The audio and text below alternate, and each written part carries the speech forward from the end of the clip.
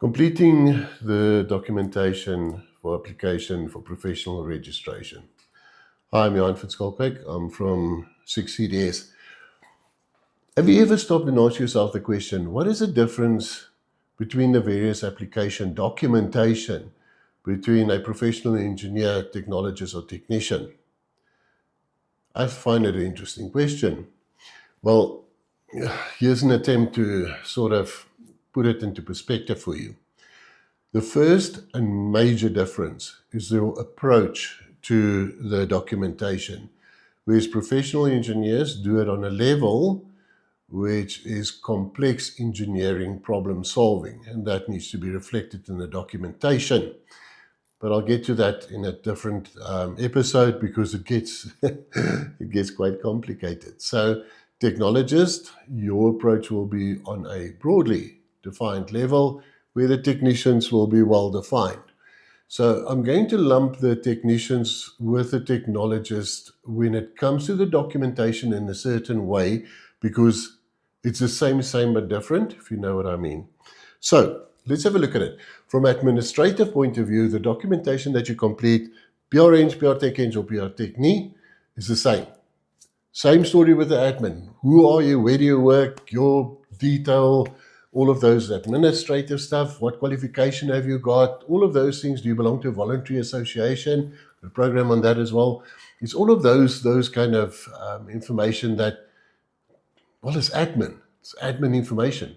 So that is your first 1 or 2 pages, and then your declaration, which is, these are all standard for the same category. So that's same.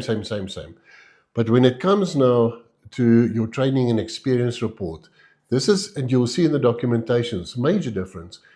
Whereas the engineers are literally a blank canvas, if you like, you need to figure out yourself as a professional engineer, which outcomes did you address during that project that you worked on, what was your role and responsibilities, all of those kind of things.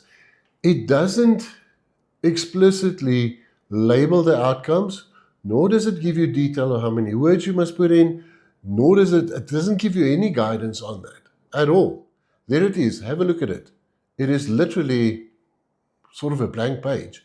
And you need to then, through your translation of the projects that you worked on, go through the various outcomes and explain it accordingly.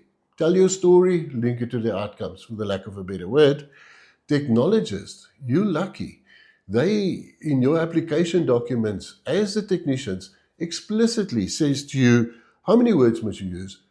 They label the outcomes. So you literally take the outcome, take your project that you worked on, populate that field, move to the next, which is interesting. So that helps a lot. Tells you how many words you must use, all of those kind of things, which is great. For the engineers, there is a guide on your word count per outcome. So you can have a look at that. And you will see with the technologist now, you've got a lot more guidance. It asks you for what was the budget size. It gives you a lot of guidance. Where's your engineering report for the engineers? Same story, blank canvas. You need to populate that.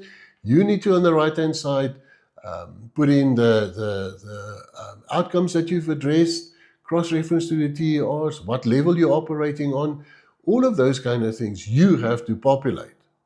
For the technologist, you will see, you have got all of the various headings there. You've got how to explain it, how many words. They even ask you what was the budget that you were working on. So all of those things are in your engineering report, great guidance. Whereas the engineers, you don't have that at all. The engineers, once again, blank canvas, you need to populate it, you need to label the projects and the outcomes and the level of responsibility, all of those kind of things you need to do on your own. Right, there are guidance for that, and I've got videos on it, and you'll find that on the right-hand column for the engineers. It's different to the technologist. On the left bottom side, you'll see that's a holistic evaluation, and on your right-hand column, it's blank. You don't really have guidance on there. But on your right-hand column, same, you have cross-reference, but you need to say, which outcomes did you address? Which group of outcomes did you address? On what level were you operating? And then your cross-reference as well. You can do it inside the columns as well. Major difference. Technicians, same story, but the engineers, you're on your own. You really need to know your stuff if you want to do that. There's no real guidance in the actual documents. So your biggest difference is between your TRs and ERs between the various disciplines. Right, the TS, same, literally, same story. Start date, end date, week's work, your role that you played in, your designation, a brief description. Please don't put long stories in there. The only difference is with your technologists, there's a degree of responsibility column which you don't have with the engineers. So that's the only difference there. Then your TEO, remember that's only applicable if you've got 10 or more years experience. Also, same. There's no real difference there whatsoever. Your IPD, Initial Professional Development Form, same story, same, no difference. Carbon copy between the three categories. So that is your difference between the application documents for your engineers, technologists, and technicians. Engineers, blank canvas. You need to populate, you need to get all of that stuff going. If you battle with that, let me know. I'll help you with that. Technologists, lucky you. You got guidance, you got the outcomes, same for the technicians. Got your outcomes, you've got your word count, you've got all of those kind of things in there, which you don't have for the engineers. But there is a guidance for the engineers on how many words they should use per outcome or per area that they're addressing. So yeah, have a look at it. I wonder if in the future, if from a guidance point of view, if it's going to tilt towards the engineers or it's going to tilt towards the technologists. Or do you think it's going to stay like this forever? I don't know. I think from a reviewer's point of view, it might be easier for them, in my opinion, to go through a technologist application form because the headings, everything is there. You can evaluate it against that. Where it's engineers, you can figure out, what was the message that you want to, carry over. So, process is exactly the same, but I'll do a video on that on your registration process. I think I've done one already, but I'll do an updated one as well. Please check the documents on Excel's website. They change all the time, but they won't let you know. So make sure you've got the latest ones. So, the application process stays exactly the same. It doesn't matter which category you're in. You have to do the same login onto or registering on the portal and log into the portal. The headings are exactly the same. So there's no difference on the portal between the various categories of registration. It is only the documentation and then obviously the information in those documents that counts a lot. All right. I hope that helps you a little bit unpack the difference between the ones.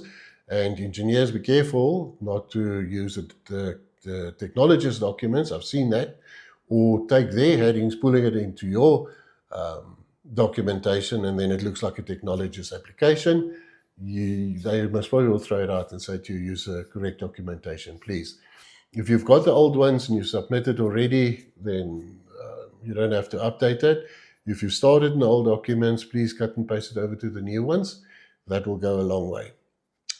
So that's in a nutshell the difference between the various documentation. We will look at the policies and those kind of things at some stage as well, and then the categories and the disciplines. All right. Good luck with your applications. Let me know if you need any help. As always, we also do reviews of these documentation, by the way. So, as always, good luck with your professional registration and your journey completing these documents.